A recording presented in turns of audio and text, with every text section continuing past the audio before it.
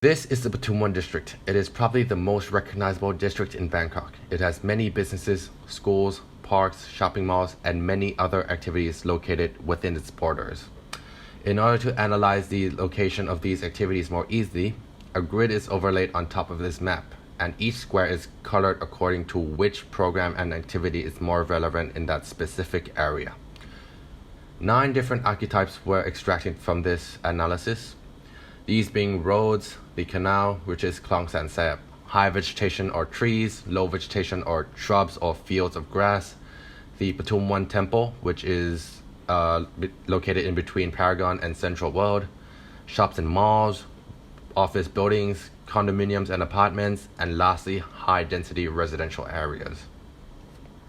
If we take a look at the left corner, many locals would consider this area as an area to get extremely low-cost housing. In other words, a slum.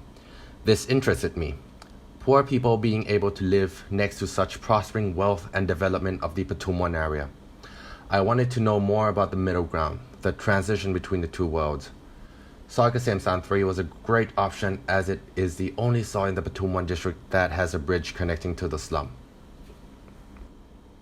Soi Kasem San 3 is a double-lane street with a length of about 200 meters. It is a two-way street for foot traffic. However, it is a dead end for cars and other vehicles as there are no entrances or exits at the canal side, and they would need to exit the soi the same way they entered.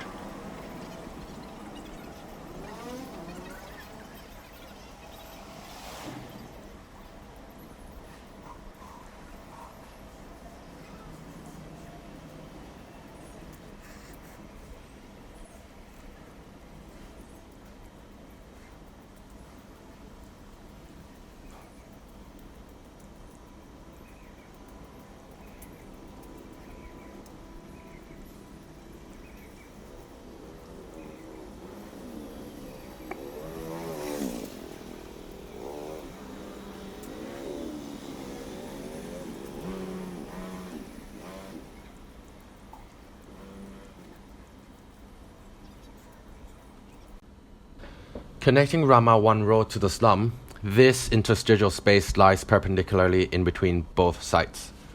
During a walk in the soi, I noticed that 4 parts of the soi had more activities and interactions than other parts of the soi.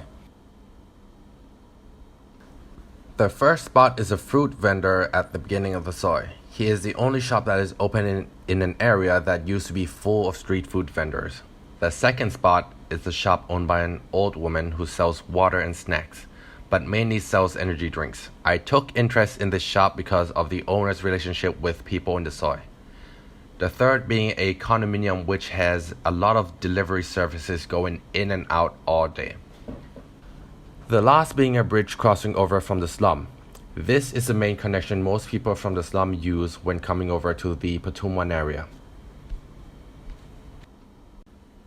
As the soi had constant movement from people walking or vehicles, I took note of the interactions of each mode of transport and where it occurred most.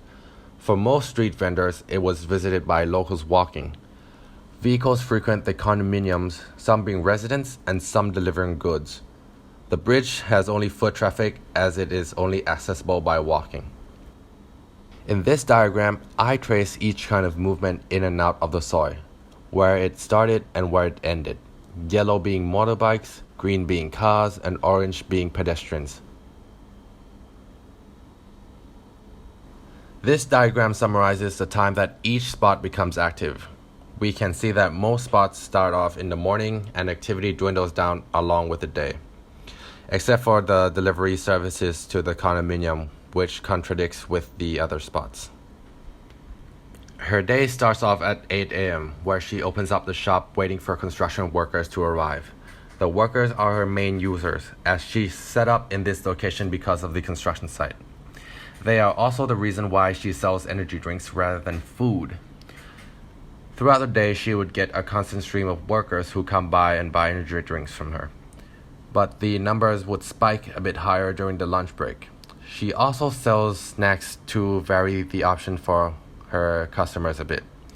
She mostly spends her afternoon time checking item stocks or sitting on a chair under a shed watching videos on her phone.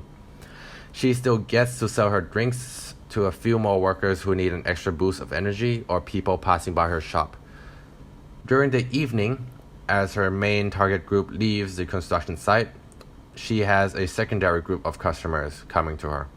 Some locals of the Soi returned back from work and would stop by to talk and joke around with her, and get some water or other drinks back with them after they are done talking.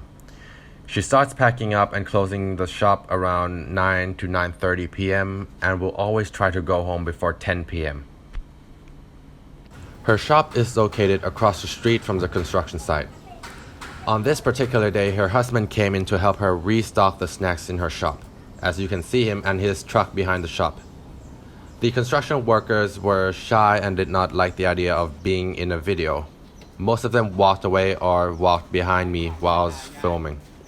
It was quite difficult to show the interactions of the shopkeeper, shop owners, and the workers. But I was able to capture a footage of two workers crossing the streets to buy snacks from the shop.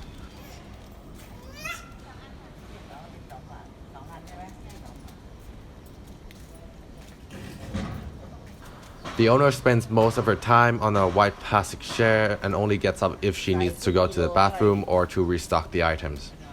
Customers have to pick the items and go pay for it where the owner sits. ซื้อของเก่าเลยนะเนี่ย